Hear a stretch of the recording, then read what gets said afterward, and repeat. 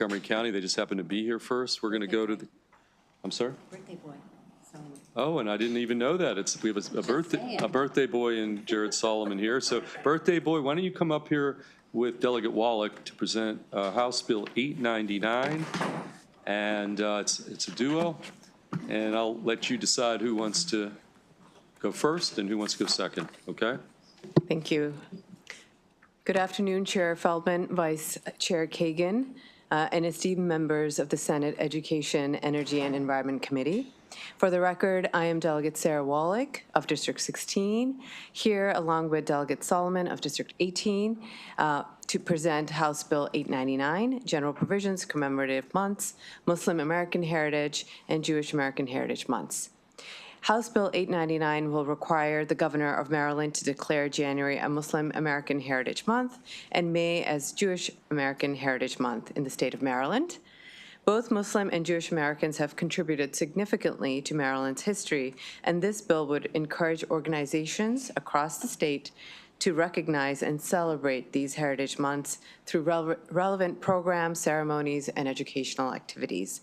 It is probably not known to most Marylanders that the first Jewish Marylanders in historical record were David Ferreira and Jacob Lombroso, who came to this land in 1657 as a trader and a physician, respectively. Meanwhile, Avuba Soleiman Diallo is the earliest documented Muslim in Maryland, arriving in Annapolis in 1750 as an enslaved person and later forced to labor on a tobacco farm. A few hundred years later, both communities have grown so that now it is estimated that there are about 250,000 Jews and up to 350,000 Muslims living in our great state. Both communities have deep roots and a history in our state, and their presence is essential to our state's identity. And neither group is a monolith. Up to 12% of Jews in the area are people of color, not to mention Jews of North African and Middle Eastern descent. Muslim Marylanders are one of the most diverse groups, with 25% identifying as Black, 24% identifying as white, 18% as Asian, and 18% as Arab. Jews and Muslims occupy every aspect of our state society and have contributed to and excelled in a variety of fields, including the arts, the sciences, politics, sports, entertainment, and academia. But despite these contributions, both face discrimination and othering. Delegate Solomon and I believe that by highlighting the contributions, diversity, and history of Jews and Muslims through their respective heritage months, we as a body can help dispel stereotypes and misconceptions and foster a more inclusive and tolerant society. Celebrations and events can bring people together from different backgrounds, strengthening community bonds and promoting unity and essentially a sense of belonging in our state. Highlighting the achievements of Jewish and Muslim Americans can inspire young people within the community to pursue their dreams and contribute positively to society. Montgomery County, which both Delegate Solomon and I represent, has already made these two designations, and we are here today to advocate for statewide recognition. I also want to give a shout out to Delegate Wims, who reached out to me last summer to initiate the work on this bill. This bill has no fiscal note, and I thank you and ask for a favorable report on House Bill 899. Thank you, Delegate Wallach, and thank you, colleagues. I would ask for a wonderful birthday present from you all, but I think I'm here in my capacity as co-chair of the Jewish Caucus as well, along with Senator Hedelman, who's our Senate co-chair. And I think this is actually the first bill in my 7 years here that I've ever testified on with another colleague. And the reason I bring that up is because we made a very deliberate decision early on in session, Delegate Wallach and I, we could have done these as separate bills. We could have done a Muslim Heritage Month and a Jewish Heritage Month, but we made a very deliberate decision to do this together because of the symbolism, because of all of the things going on in the world, 95% of it beyond the control of any of us in this room or in this chamber. We wanted to make a statement that in Maryland we do things differently. And so doing this together was really important for us, and this is a major priority for the Jewish caucus, and it's been an honor to work with Delegate Wolek. The only other thing I wanted to add was we've also had incredible partners from the Governor's Interfaith Council and the Governor's Middle East Affairs Council. We didn't want to burden you with too many witnesses, but I believe there's written testimony from those groups as well, and the Governor's team has been really wonderful to work with. And so with that, we'd just ask for a favorable report. Okay, we'll take questions for either Delegate Wallach or Solomon. Okay, seeing none, that concludes the bill hearing on House Bill 899. We're going to next move to, is anybody here from Delegate Bagnall's?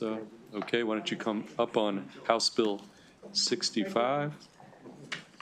And let's just take that up and tell us who you are. Certainly.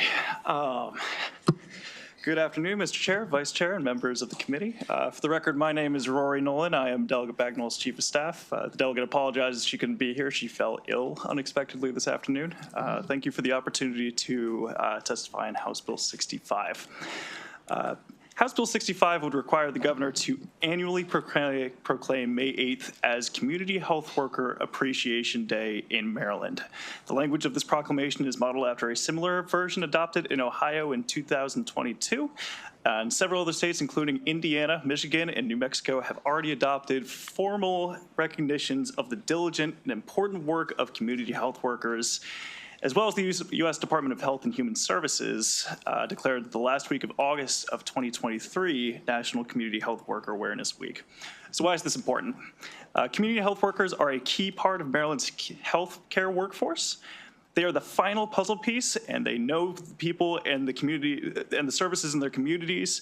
They speak the language of their communities. They broker trust in the community and connect their community members with services from preventative screenings and patient education to mental health and recovery services to oral health screenings. They are basically the people in the communities who connect, your average person who might not know what their healthcare choices are to those healthcare choices. So why May 8th? On May 8th, 2018, the General Assembly passed the Community Health Worker Act. It was signed into law, and it established a state CHW advisory committee, the certification of CHWs and accreditations of CHW training, legitimizing their profession for the state of Maryland.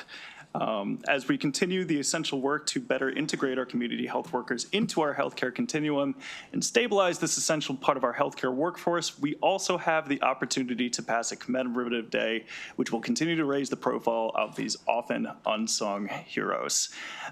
This is a bill that raises community awareness of community health workers at no cost to the state. It recognizes the essential role that they play in the care of our communities, and for all of these reasons, we would respectfully request a favorable report of House Bill 65. Okay, thank you. Any questions for our witness on behalf of Delegate Bagnall? Okay, seeing none, that concludes bill hearing on House Bill 65. Thank you. Feels better soon. Yeah.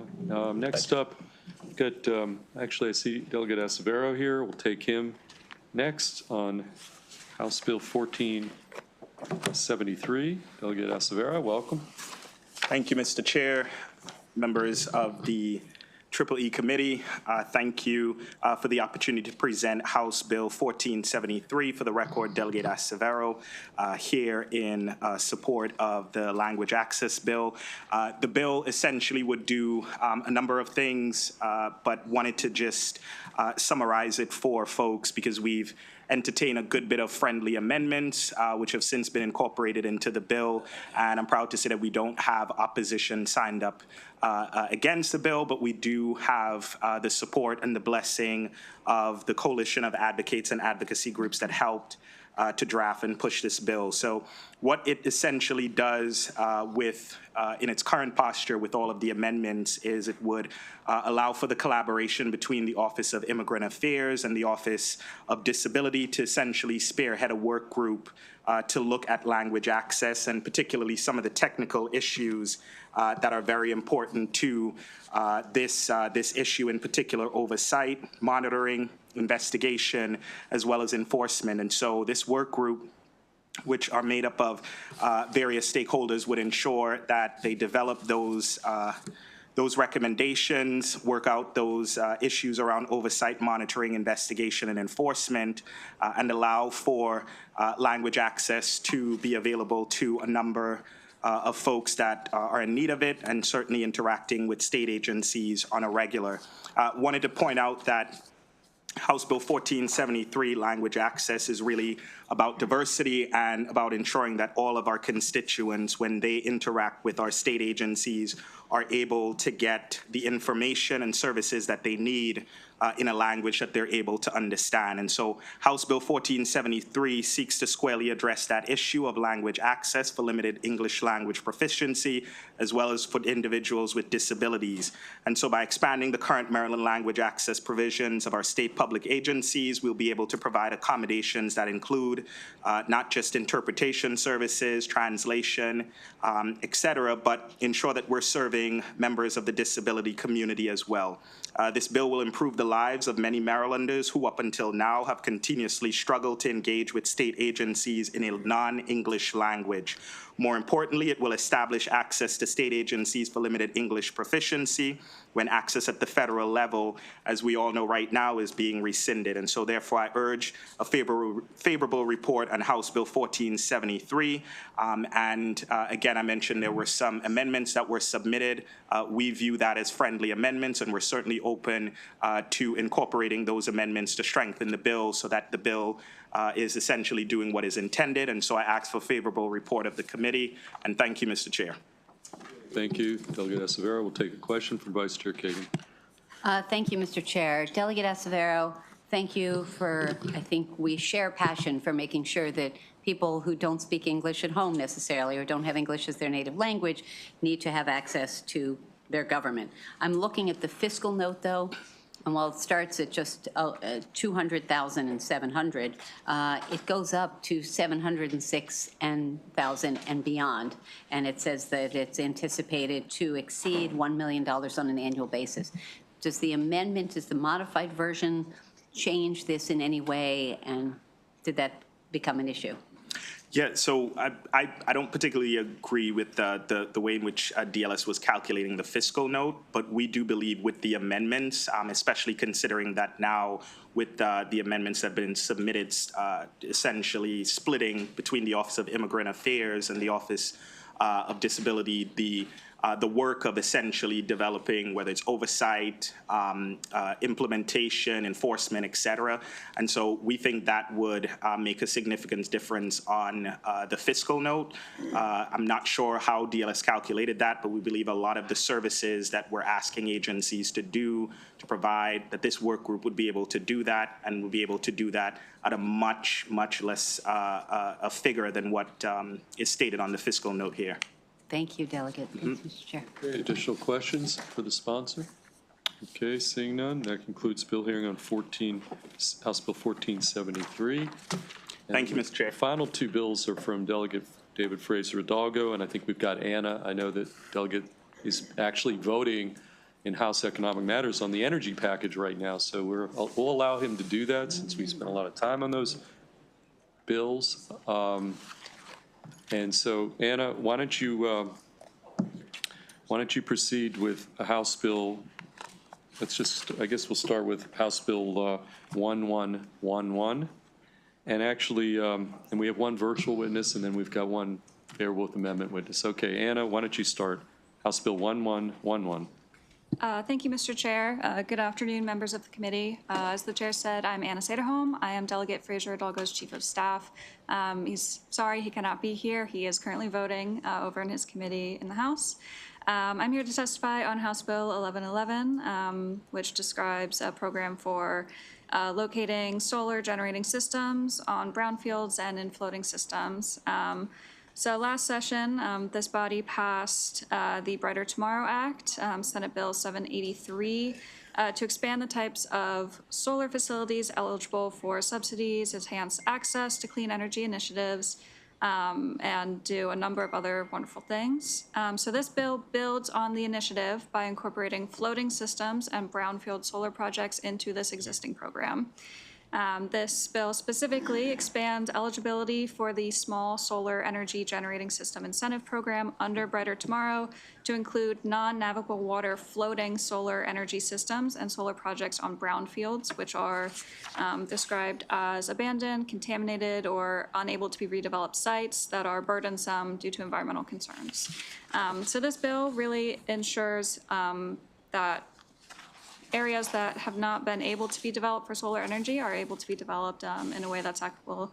And then it also continues to align with Maryland's clean energy initiatives, including the Maryland Clean Energy Jobs Act, as well as our own energy generation goals.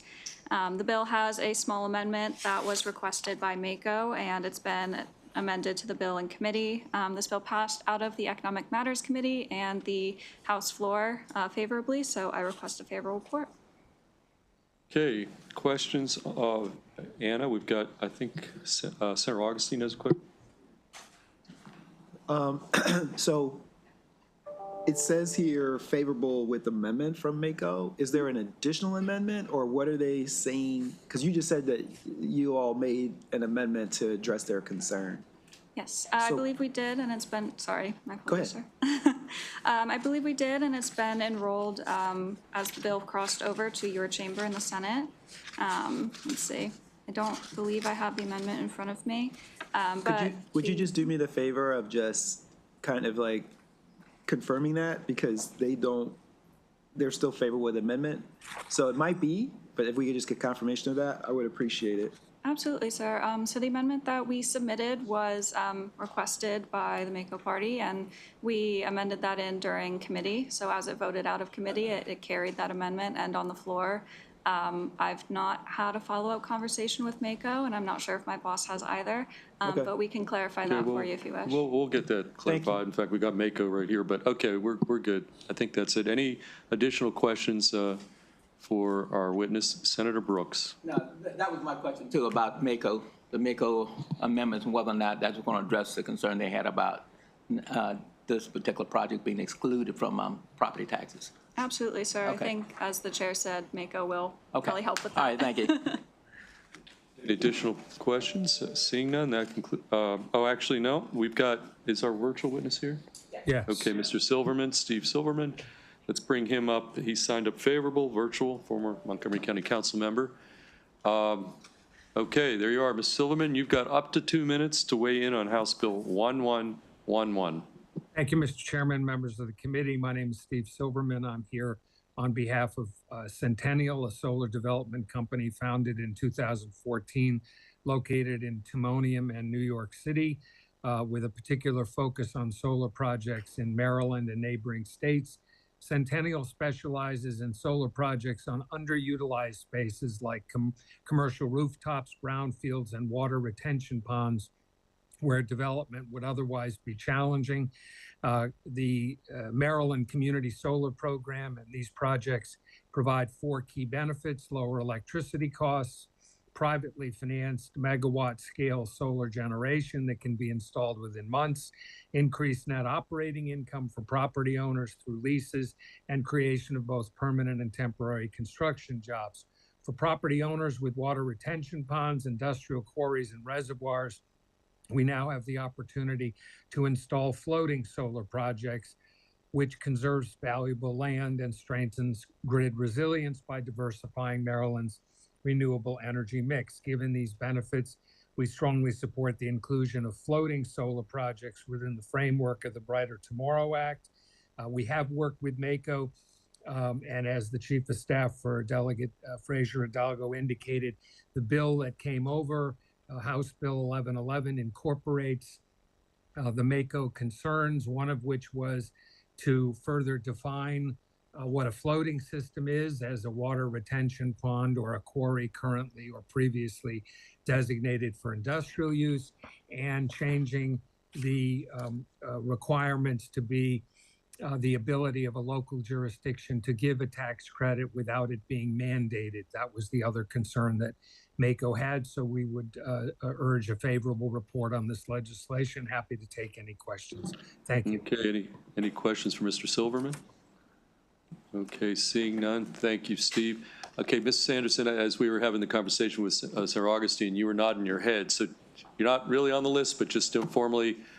Happy to confirm the amendments from the House take care of our concerns. We're glad the sponsor worked it out with us. All good. Okay. Okay, thank Ms. Silverman. Thank you. And the only other witness on the bill is Mr. Wahid. Why don't you come on up? And you're signed up favor with amendments, and you'll have up to 2 minutes, and you'll be the final witness on this bill. Thank you for the opportunity to provide comments. And as soon as I saw this chance, I immediately recalled 10 years back, the same team, Transformative Economic Efficiency with Advanced Technology Acceleration, was invited to lead the regional effort for energy efficiency. And we quickly developed the standards, interactive specifications, and standards methodology, offered them because it has worked very well with the Advanced Life Cycle Engineering Center, University of Maryland, College Park. And I noticed the approval was very quick, and it was a large audience. All competitors were there, opponents, and they really genuinely appreciated and applauded that this was done 10 years back. And at that moment, we thought maybe within a year, this will become very useful. The methodology will be used. But now we find 10 years later, it is not. And that is the reason why I have been bringing up the fact that we further confirmed through 100,000 survey results that indeed it is valid in the last 5 years. Especially, it has been very effective for during the pandemic and the epidemic for isolation and loneliness. I pointed out that 2 bills have been attempted. The recent one is HB 855 for best practices and innovation, but it's going to take still longer for implementation and the governor's report to be prepared. And based on what has happened, we have been doing further voluntary initiatives, carrying them further with students as before, all the time, keeping in mind that it's a no-cost option. All the applications, advanced technology, algorithms, methodologies are without charge and deliver results. Thank you. Okay, thank you. Any questions for Mr. Wahid? Seeing none, that concludes bill hearing on House Bill 1111. Let's go, Anna, why don't you come back here for the second Delegate Fraser Hidalgo bill, House Bill 1419. And I'm going to call Thaddeus Colley up here. Oh, there you are. Okay, why don't you take a seat next to Anna. Okay, Anna, House Bill 1419, you can proceed. Thank you. Good afternoon again, members of the committee, Mr. Chair, Madam Vice Chair. I'm Anna Saderholm, Delegate Fraser Hidalgo's Chief of Staff. The delegate, again, apologizes that he still cannot be here. I'm here to testify on House Bill 1419, which describes a battery storage program to be implemented through the DRIVE Act that passed last year. Delegate Fraser Hidalgo sponsored this bill, and we're very happy to see it pass. So 1419 would require the PSC to allow an electric company, private entity, aggregator of distributed energy resources to offer energy storage to residential customers separate from a pilot program or temporary tariff established in the DRIVE Act. The DRIVE Act did a number of things, among them established time of use rates as an opt-in basis for Maryland residents, enable virtual power plants or VPPs, and also enable distributed energy resources or DERs to be able to deploy in Maryland, as well as vehicle-to-grid services. So the bill itself, as it's before you, has been heavily amended since its introduction. Some parts of the bill language have been struck in their entirety. So through an amendment, Section 7-1007, subsection B is struck from the bill. Regulatory asset recovery is no longer part of legislation. We had important conversations with the PSC as well as the OPC, appreciated their involvement in the process all the way through, and we were happy to take on their amendment for this section of the bill. A separate amendment requires the PSC to evaluate energy storage systems enacted in other states, coordinate to design programs to expand and advance cited energy storage. So the delegates' impetus for this bill was Vermont's battery storage program through their utility Green Mountain Power. We're trying to use the DRIVE Act kind of as a vehicle to ensure that a program that provides business and home energy cited storage can be accessible to Maryland residents should they wish through their utility or through their private entity or an aggregator. Similarly, another amendment establishes that the PSC will approve the use of telematics, which are usage and production data when using battery storage, solar, or other systems for the administration of Drive Act programs. This ensures that advanced metering infrastructure, so smart meters, are not a barrier to program implementation.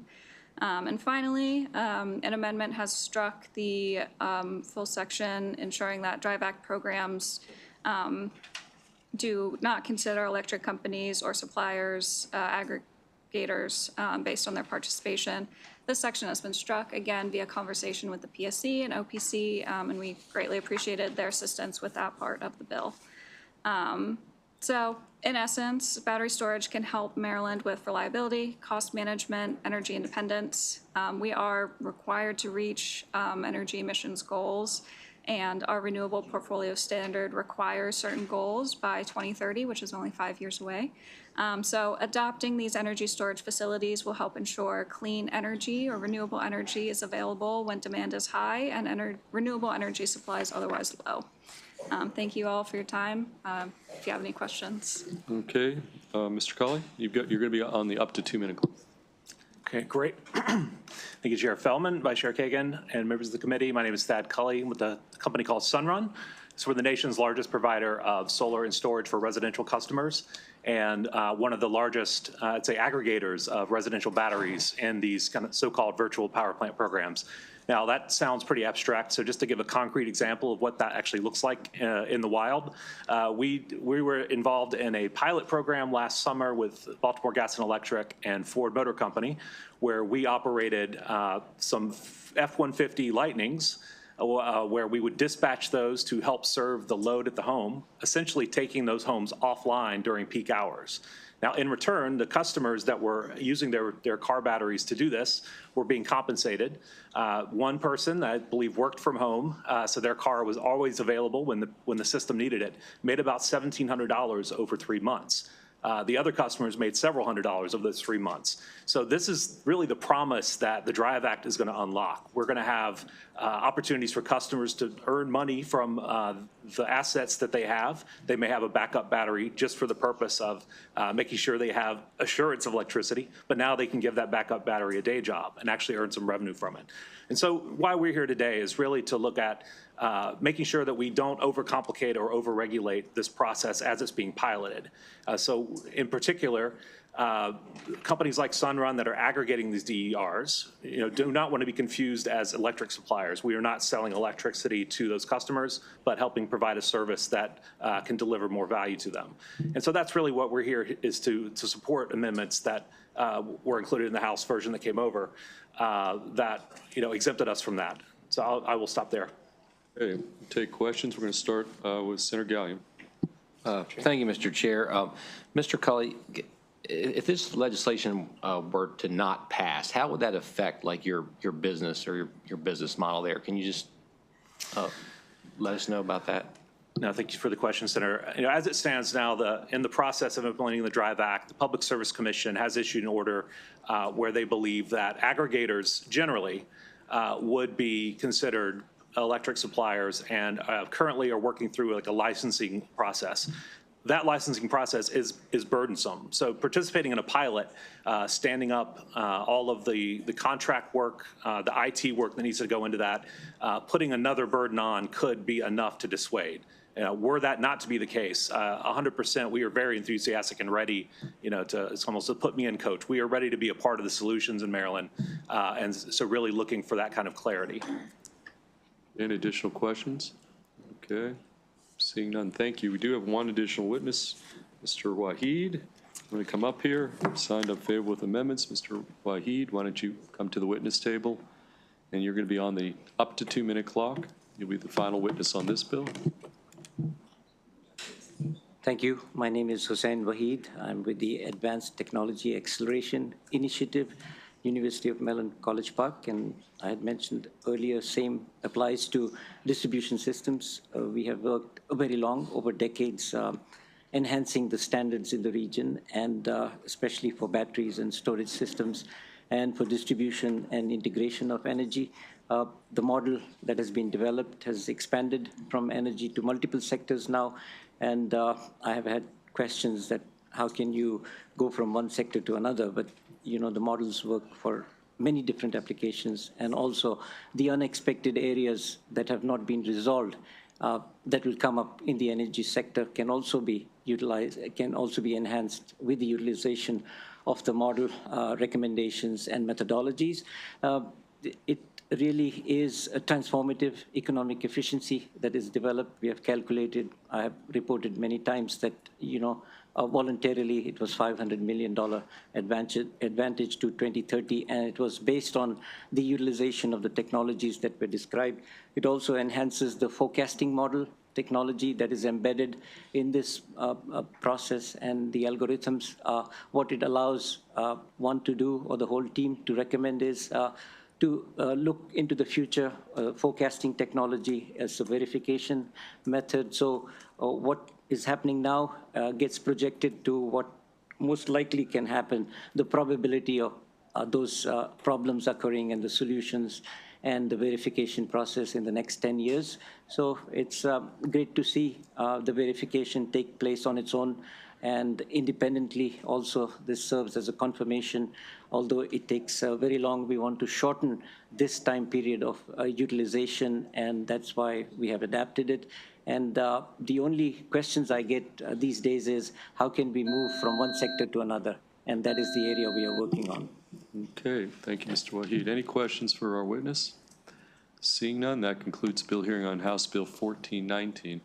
Okay, folks, what we're going to do next, so as you recall, before we pivot to voting, and then we're going to have a conversation about the topic of BEPS, a topic, some legislation that's been floating around here.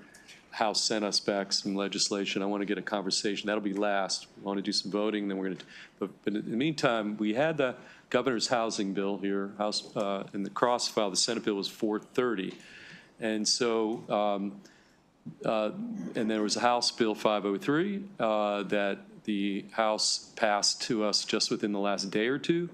It was released this morning from the Rules Committee. So we have the housing bill, the governor's housing bill, with us now. And so this can be truncated.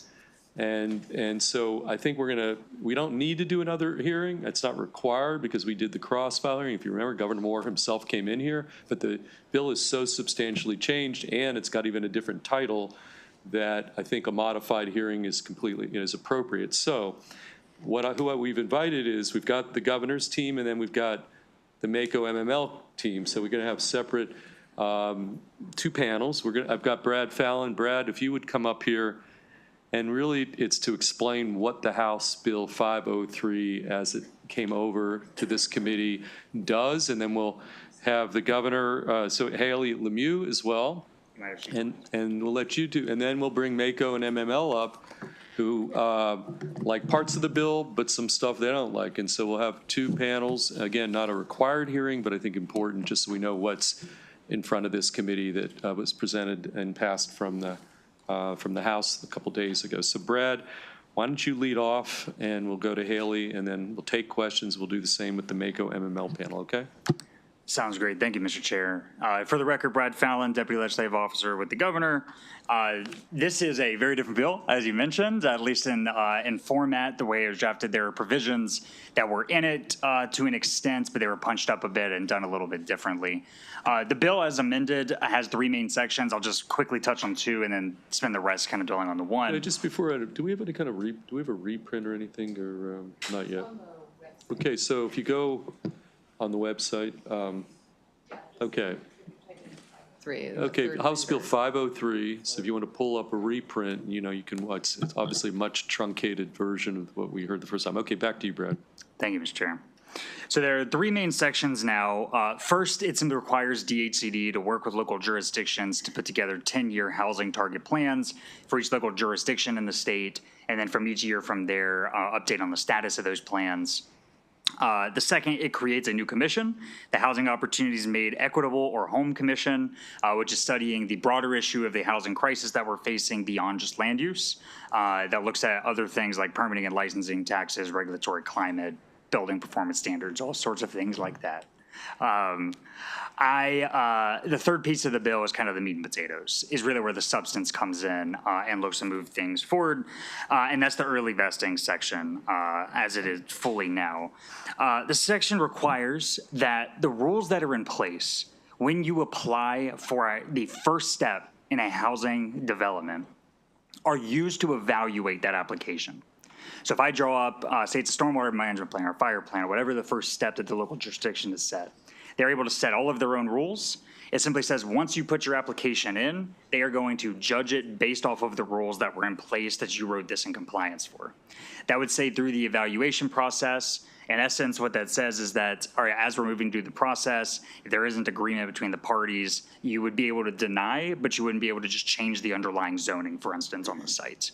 Should approval be provided, it then applies for a period of 5 years, or at least until there is an expiration of the permit or approval provided. That is a time limit that is set by the local jurisdiction on kind of the counterpart there. What that looks like is that some folks have an ability to revoke an approval or a permit due to inactivity on the site. That maybe somebody plugs in and then does not start construction.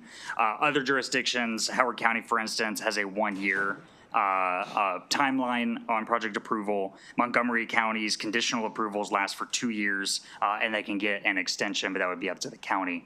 That would be tied to the particular project, not to the site.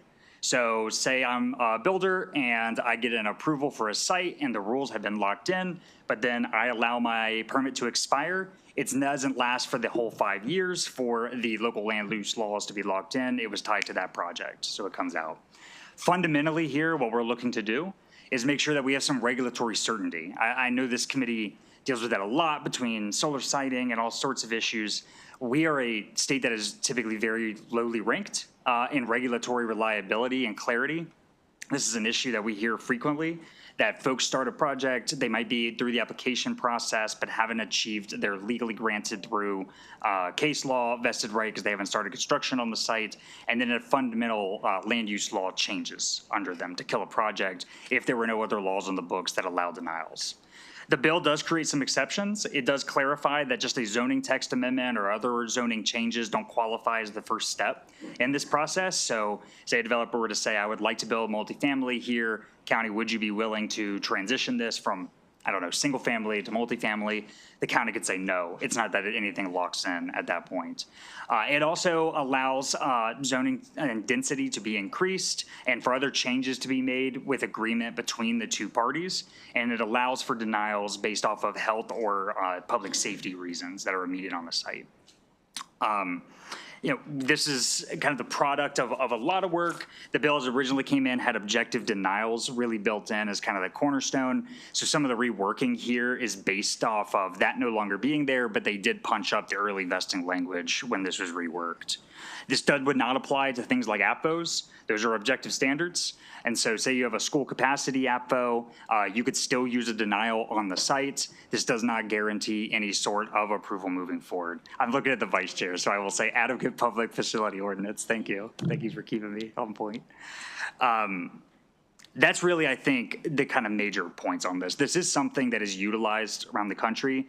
At least 18 states have this, including Virginia and Pennsylvania. There are a housing shortage nationwide, so we're seeing more folks adopt these type of policies.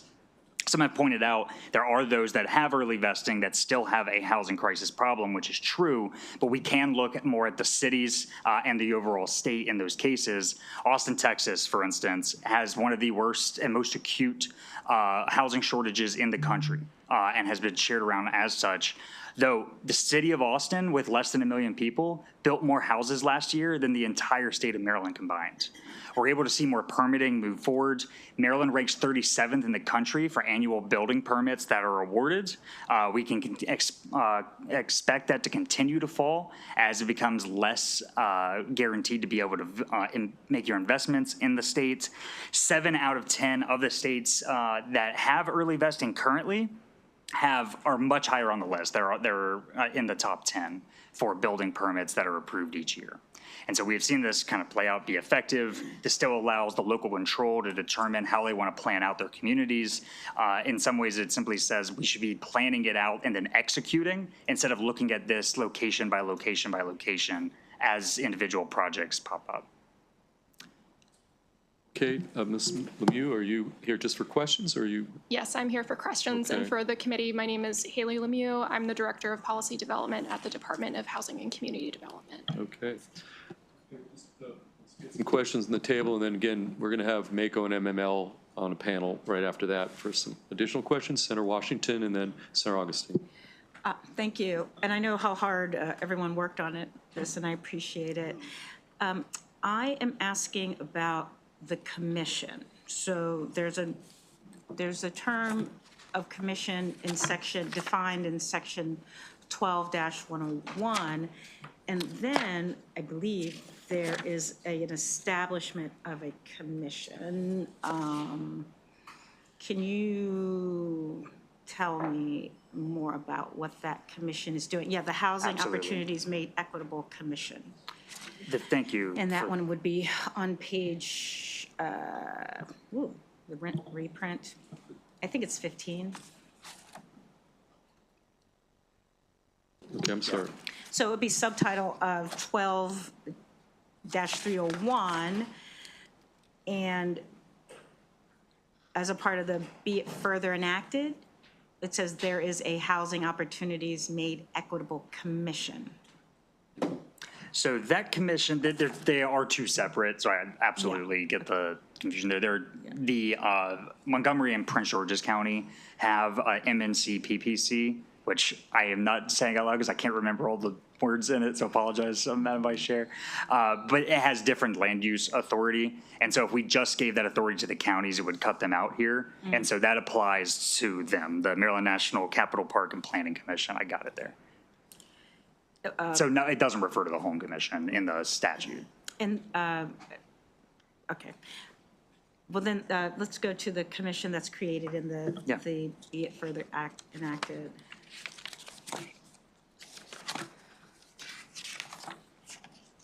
Just wondering what are they doing? Oh, thank you for the question. So fundamentally, we've had a lot of questions just about land use in the state when it comes to housing. And we think that is a very effective tool. We think Maryland has some particular challenges and regulatory climate as it relates to this, but it's not the whole story, right? We're about to see kind of our liberated tariffs really create some more costs coming from lumber in Canada or drywall from Mexico. Those costs are going to fundamentally impact the way that we are able to finance and build more housing in the state. There's also access to capital, taxes and fees, regulations, permit approval processes. What the commission will do is take a more broad look at each of the kind of parts in that supply chain and make recommendations to this body and to the administration about how the other ways that we could address this issue to ensure that we are closing the housing shortage. So I'm familiar with the Housing Opportunities Made Equitable concept and the commission, and so our use of it here is very different than it's done nationally, but also it seems to be made up mostly of agencies, within state government.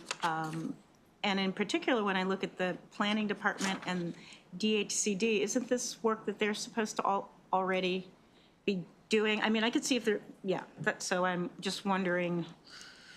It is to a degree. You know, DHCD is more of a financing entity than a regulatory, so they're not always in the weeds on that. I think part of the reason that the House decided to make a commission is just to make sure that we have adequate representation there.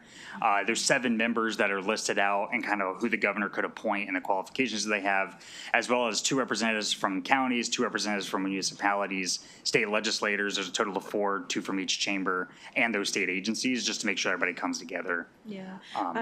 Given that DNR does issue permits, that perhaps you'd want to add them. I'm just looking at, if you were thinking of that there are permitting entities, if that's part of it. That you're missing a big part there. And then also, so that I'm trying to understand again, what the bill is doing. It's requiring that we set targets. Is that That is one piece of it. It doesn't actually tie directly to the land use policy. That's more of a benchmark. And so the local jurisdictions working with the department will look at, okay, in each community, kind of what's the share? You know, we know that we have a housing shortage, but it can't be the exact same in every community, right? So let's look at each community, determine what that share is, and then DHCD will annually track to see if we made progress in that. That is really just meant to be a tool, both for local governments, but also for the state as we continue to grapple with this issue. And then can you explain vesting one more time to me? I know that there's some concern about that, so I'd like to better understand. Absolutely. Vesting. And I will say, you know, the Association of Counties have been very clear from the beginning. This is, you know, a kind of a fundamental piece here that they would like to retain control over. They have been wonderful to work with on kind of the technical amendments that we walked through. On that front, vesting in its kind of most basic form just means that you can't change the rules to blow up the project. You hit a point where it almost be like a takings to change it, right? What that means in Maryland is established by case law, because we don't have statute on it for residential. And what that looks like is you have to start actual construction. There is a 2-pronged test that the appeals courts have created, and we can send that out to the committee as well if there's interest on that. That has been the governing law that makes us one of the latest vesting states, which means that throughout the process, you could be a year or 2 in, and you could change kind of the fundamental land use applicability to the site. We do see that often in the state, and you will hear projects are moving forward. Maybe a county even endorsed it on the administrative side, and a council or another body will come and say, well, we have some folks who are upset about this, and we're hearing their concerns. We're going to downzone this site. Fundamentally, that's what this bill would address. So that's the question I would advance. And last question on the vesting is financing. What other features would be, is financing part of it as well? I mean, if somebody can't, so for example, in Baltimore, we have situations where people or an entity may purchase a lot of vacant lots. So we're kind of working our way through that. And so we want to make sure that, you know, someone isn't just sitting on something, hoping that it will move along, claiming, I guess, like I've invested a certain amount. So if there's, are locals able to continue to make laws about that and rules about how long you can hold on to a property, even if it was promised, okay, you know, they said we're going to do a development. There are. And it's years and years, or nothing has moved forward, no permits are pulled or anything. Those types of, I guess I'm trying to figure out what types within this frame, getting. Yeah, it was a concern raised kind of as the language is transitioning. I think it's a completely fair point. You don't want somebody to just be able to put all these applications in and then freeze the zoning capability. Yes. That was the reason why the 5-year limit got put there. And the way that it works is it says the permit can still expire. So there's kind of examples I gave with Howard and Montgomery. They may say, okay, you can move, you can have this permit for a year. And if you've done nothing, this permit expires. That would then no longer apply. A county may not adopt those rules, right? A county may just say, here's your approval, and we don't put a time limit on it. This would put a backstop there to say it's not going beyond 5 years unless the county were to themselves give an extension. So the county could still say 2 years or 3 years, because we've recently passed this session, passing laws around how long nonprofits can hold on to property without actually doing an improvement. Yeah, at least for the, and I will verify, at least for the project that they are applying for. they would need to be moving forward on that. Haley, do you have anything additional to add to that? Yeah, and there is a distinction in the bill. So while you're moving through the approval process, there's no restrictions on anything that the jurisdiction can apply. So if I have a site plan, but I don't have a building permit, they can set whatever timeline they'd like within that process. But once I have a final approval, I have a building permit, it's the very last stage in the process, then I have that 5-year vested right to the property. And That's good. And just Okay. to, we'll just check also with the city just to make sure. Okay, that well, we're still we able- want to get all the questions out here, and if we can still obviously get more information. We're going to go Senator Augustine, then Senator Watson. Thank you, Mr. Chair. First thing is a comment, Mr. Chair, because I understand we don't need to have another hearing, but I would ask that we ask sort of the stakeholders beyond sort of these groups, maybe the people who testified originally, just to weigh in, because it's just kind of challenging, because it really is very, very different.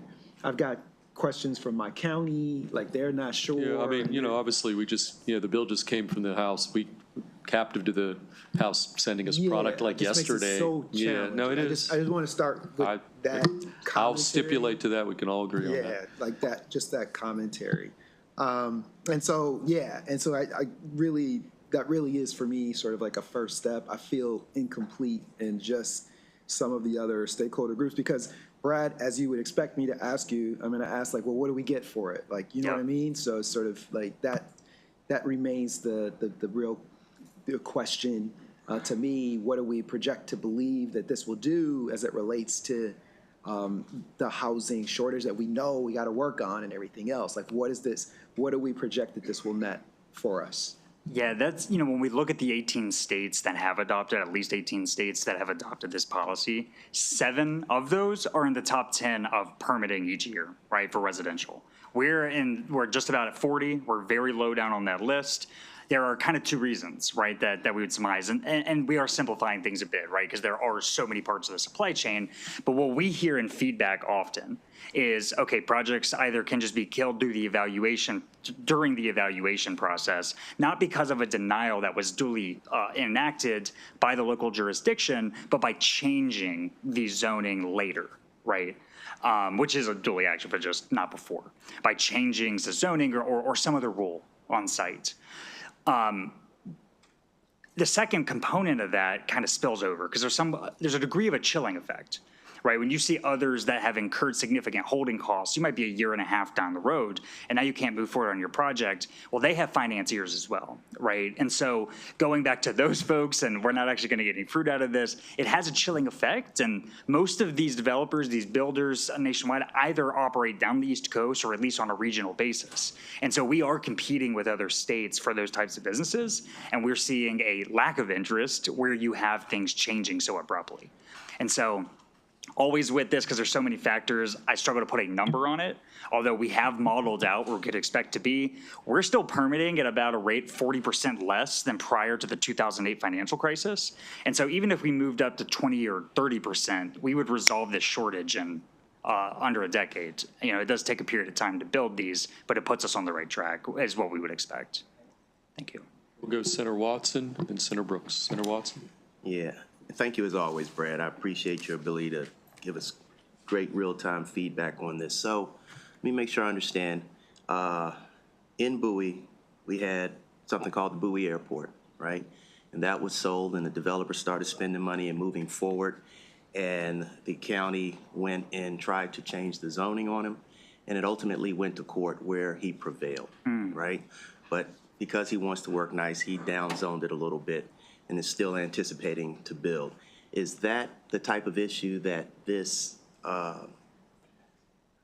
is vesting the right word, that gets at? It essentially does. This only applies to residential, so that may have been a commercial or otherwise kind of zoning there. Yeah. So maybe not necessarily to that, but that is the basic concept. Okay, so now you have this time period, but what is the forcing function on a time clock? I mean, what expedites it? What causes a county, and Prince George's is notoriously known, DPI is slow. And what causes them to push through the process so that it can be done in that time period? Because I talk to developers all the time, and they say, Senator, it's taking us 10 years to get this project, up and going. So when the feedback that we typically get, and I'd love to, Haley, if you jump in as well to keep me honest, but is that the long period is usually in the evaluation process of the various stages of application. Yeah. There's not a time limit set on that in the bill. What it says is that once an approval is granted, that clock for the 5 years That's when it begins. starts. That way, we're not kind of forcing, because sometimes you need a long time, right? There's real evaluation that needs to take place on site, particularly maybe for environmental reasons, right?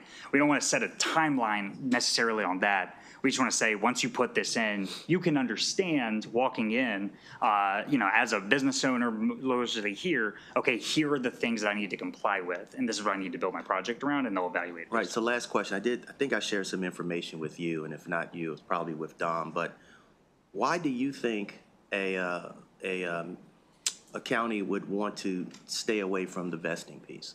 What leverage does that give them? Why would they want to do that? I don't, and I would let them, I would encourage the same questions to the counties because I don't want to put words in their mouths. Right. I mean, I think from my end, I can understand it, right? And that's what I mean when I started. I didn't expect counties to just be on board, right? Because there is some authority now for them as individuals to react to, say, a constituent saying, I don't want this housing moving forward right here, to then utilize that, even if the laws on the books don't say you can provide just denial, right? To change the rules on the site.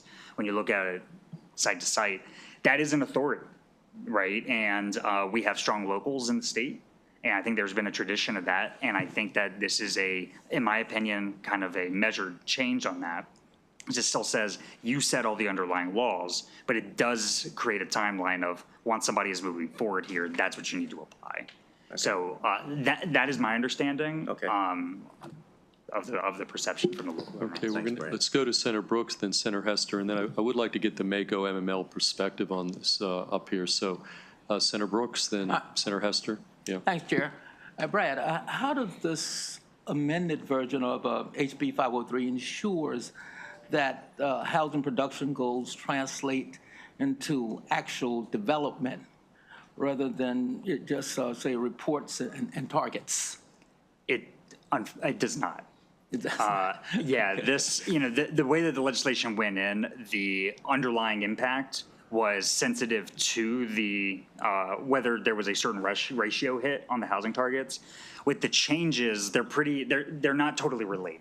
Right, on one hand, the department is providing this as kind of a barometer to kind of see where we are, but then the policy just applies independent of that. So folks have come forward and said it would be really helpful for us to better understand this, and they could use the state's help. We've heard some from locals, but also folks on the ground, right, to say, okay, where's the demand here? Where's the real need? It helps policymakers, I think, at the local, and I think it would at the state level as well, make some of those decisions like this about, just kind of how things are going. I see. Okay, thanks. Thank you. Okay. Thanks, Chair. Yes, Senator Hester. Thank you, and I want to thank Brad for how hard you've worked on this bill and for coming to talk with me in advance. I still have some questions, and if we don't have time to answer them all now, I'll just at least get them out there. The first is that, correlation does not always equal causation. And so, I'm just struggling with, the 7 out of the 10 do have this early vesting. But there's also, that means that there's 11 that do early vesting that don't rank in the top 10. So can you provide us with any data that kind of guarantees that if we do this, we will get better results? I can make a case on that. I will go back and check. My hunch, though, this is, and I will send this over, is that they are all likely ahead of us because we're so laid down on the permitting list. So that 7 out of 10 is still just an improvement. If the state moved from 37 to 20, I think we would consider that a great success in the number of building permits per capita that are rolling out.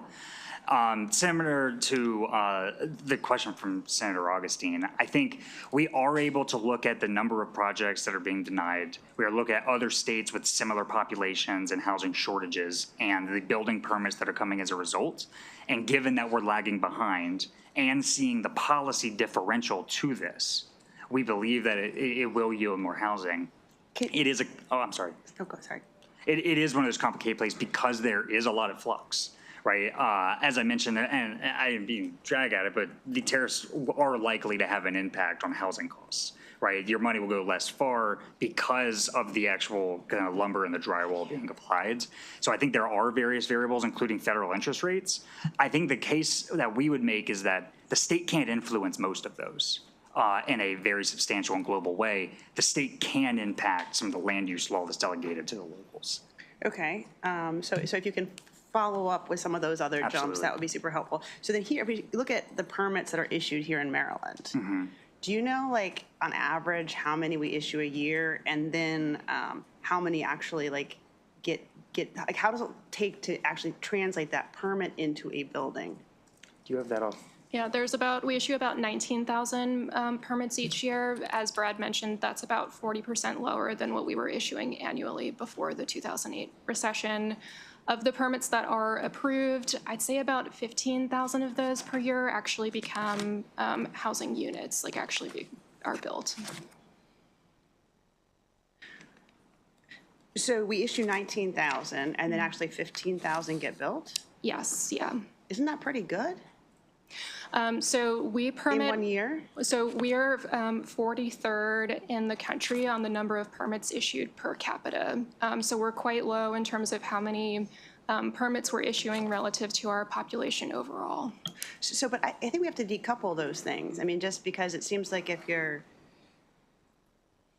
I mean, we have to increase the number of permits then. But I guess, I mean, I was looking at this vesting thing as being like the conversion rate, right? Between how many permits are issued and then how many houses we've built.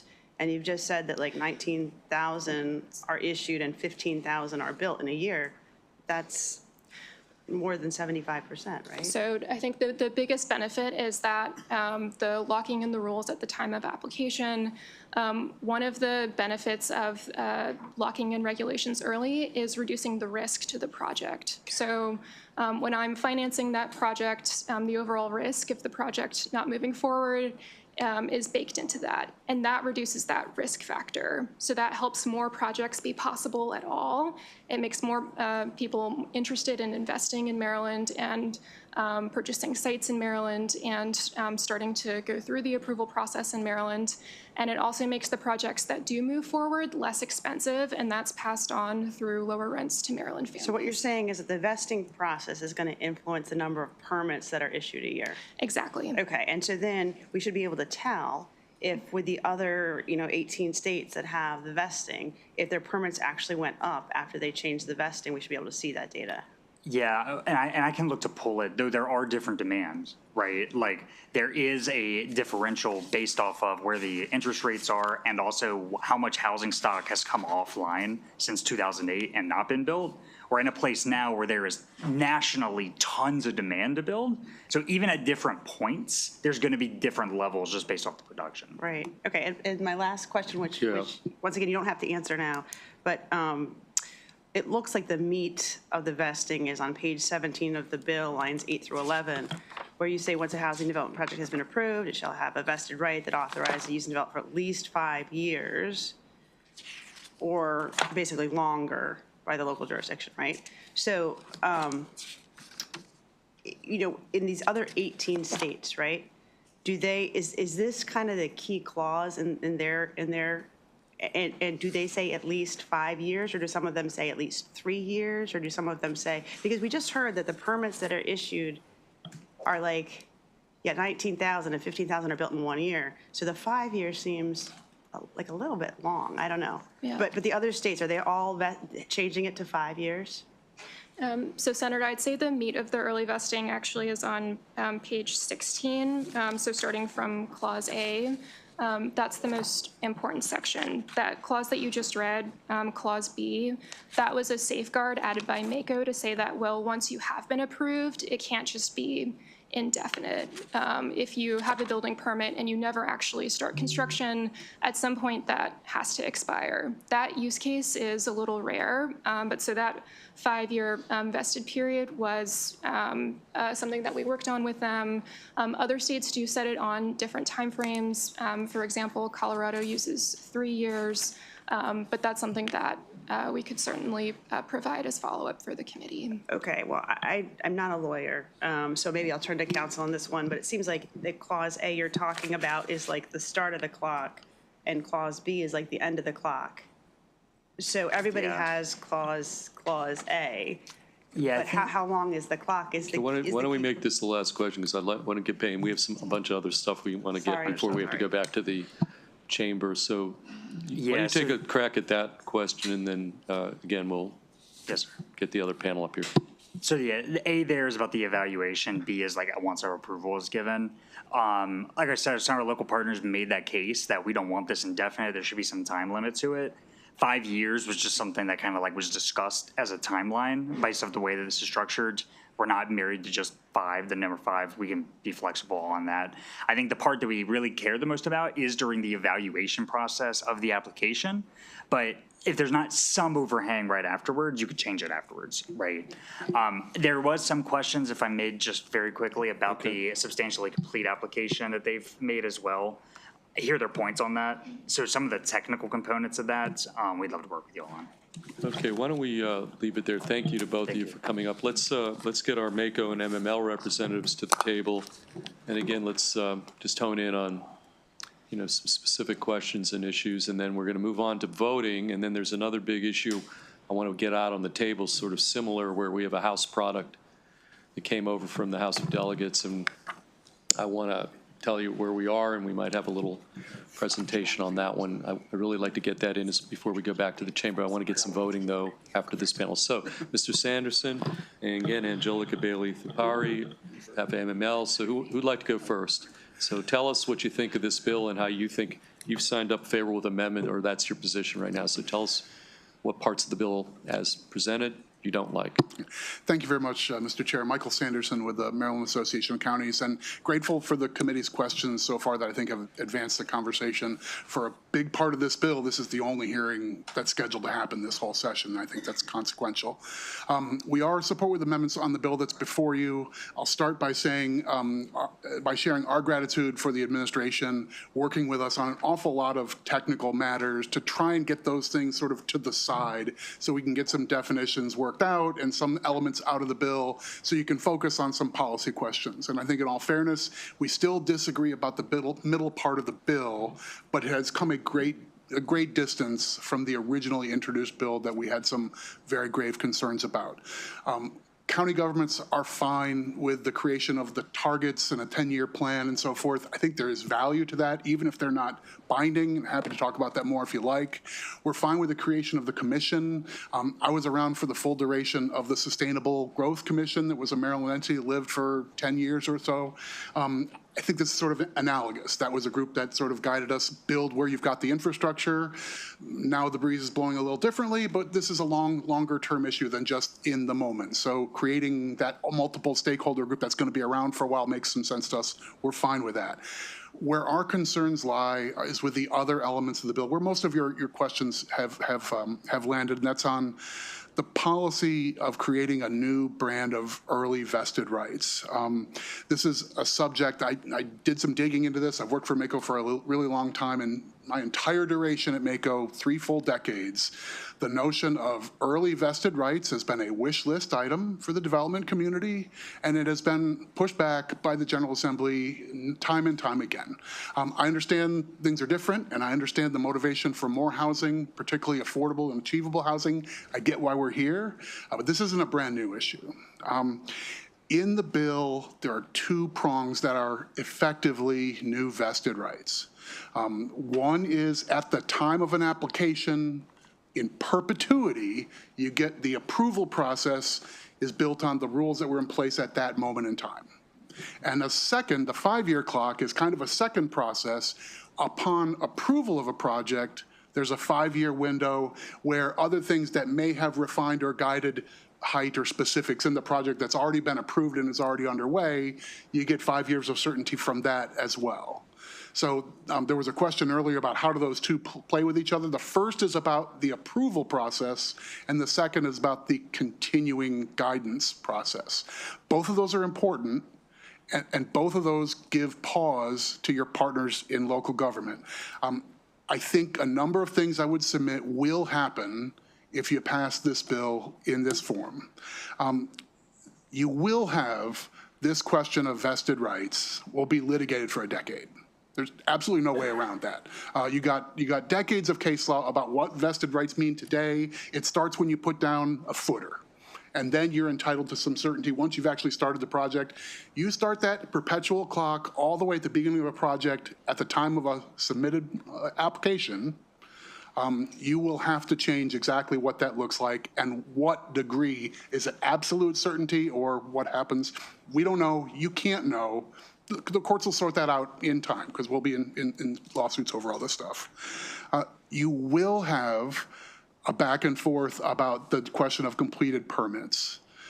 Because that clock, the perpetual clock, starts at the time of a completed permit, I think you'll end up with a motivation for the local jurisdiction to say, we're not sure whether this is substantive or not. Like the language in the definition in this bill now says, is there a non-substantive problem with the permit, and that's not enough to throw it out. I don't know what you're going to have. You may end up with some Schrodinger's permits where is this complete or is it not, and we disagree and we litigate, probably. Developers will absolutely have an incentive to run to the permit office in advance of a coming change. Now, this happens all the time. The state tells all of our local governments who do zoning, you have to go through a cycle of comprehensive rezoning.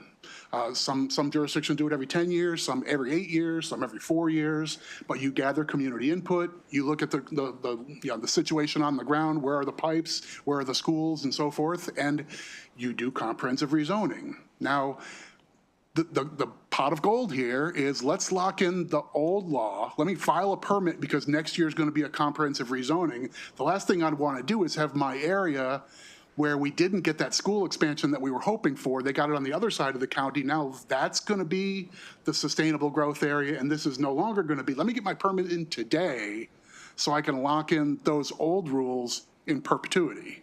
That's what this bill opens the door for. The state guides local governments to implement things regularly like housing codes. We're supposed to keep ours up to date along with every 3 years or so. The international code organizations adjust housing codes. We can't enforce those for anybody who's locked in under old rules. That's a local process, and we can't change those laws. So we will end up saying everybody in this area has to have this standard for your electrics or your plumbing or your smoke alarm or something like that, but except for the folks who are on the old rules and locked in. And you're 7 years ago and you're 11 years ago, so we'll play by all these different rules for different places. And how this process would fit with the jurisdictions that try to gather community input through a project like a district council, I candidly don't understand how the two would work together. But I think that process would change as well, probably would limit the ability of that level of community input because projects become frozen in time. Michael, can I don't mean to chunk because we've got kind of a tight timeline. Sure. I mean, can you just maybe run through some of the other, get some issues out here, and we'll take some questions, and then Angelica can weigh in. But we got to do some voting, and I do want to get this other issue, pretty significant one, on the table before we have to go back to chamber. But may I wrap with one last thing? Okay, thank you very much. Thanks for the grace. I will just say, if given the timing and so forth, if you're looking for a middle ground, I think there's one that's right in front of you, and that is nobody's got a problem with the creation of this commission. If the idea that early vesting might be an asset in the Maryland portfolio, that we want to pick up the Texas law and put it in place in Maryland, and that's a good idea, you've already got a place to hash that out. Put it into the charge of the commission, have them look at whether early vesting fits here, and maybe you end up with a bill in a year or two to say that actually is a fix. We had all the people around the table who were not at this kind of hearing and decided it was good, or maybe we decided it wasn't. That's a one way to go. Okay, thank you, Mike. Angelica, we don't need duplication here, just added value here on MML point of view. Thank you, Mr. Chair, Madam Vice Chair. Committee members, Angelica Bailey-Thupari for the Maryland Municipal League for several reasons. I can be nice and brief today. Under the amended version, my members would probably be neutral on this. Not probably, they would be neutral on this. We're fine with the commission, we're fine with the housing targets, and they did not flag the same issues for vesting as MACO did. So we respect everyone's position here and very much appreciate the collaboration with MACO and with the second floor. But were the Senate to adopt the House's version, we would be neutral. Let's go to Senators Watson and then Senator Augustine. Thank you, Mr. Chair. This gentleman said so much stuff in 5 minutes. It's extraordinarily complex, extraordinarily, and I just need some time. So you heard me mention about the lawsuit that our county had to deal with.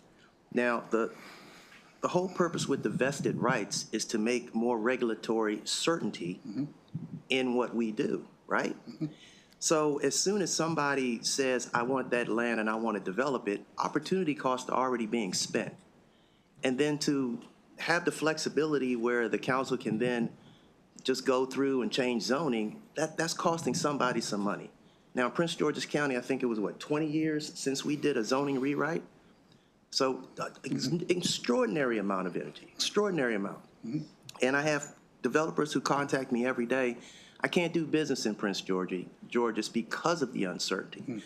So when I had to think about the vesting rights, and I know my county pushed back a little on it, to me, it makes sense. The second part, the first part gave me some ambiguity when you tried to explain it. So if the permit is approved, then I should be able to use that land in that manner as long as I build in a time frame. And I have not seen anywhere in my history where we didn't grandfather somebody in if the rules changed, if the zoning changed. We just don't uproot people and say, I'm sorry, we're changing the paradigm and you have to go. So I find a lot of value in these pieces, but you raise some issues that I hadn't really considered. And, I feel kind of, I got prong one, prong two. Prong three would be my county council, kind of sitting here to get my real-time feedback. And unfortunately, I've been text messaging all morning long. But that first part, just break that down for me one more time. Can I just interject? Two pieces. Senator Augustine, you're going to have the last question, then we're going to have to move on. Okay. I'll do my best on that and say, I think this might be a refined answer to a big question, and I hope it's helpful, but I want to be respectful of the committee's time. There's two kinds of things that happen that disturb the perfect smooth sailing and certainty for a project. One is a jurisdiction just wants to put its thumb on the scale and say, we just don't like the project. Suddenly we're going to come in and meddle and change the rules just for you or just for this tiny little zone and mess you up. And I get why everybody would hate that. And I think it's really tough for us representing local governments to say, we want to reserve the right to be really flippant that way. But against it. But if this bill were to pass as it sits before you, you no longer would be able to make those ripples and change in the approval process because the rules are frozen for the approval once the permit's in. And then once there's a preliminary approval and they can start working toward the project, they've got 5 years of absolute certainty on what would govern exactly what needs to be on the project and so forth. And I think that's a baby plus bathwater and probably then some.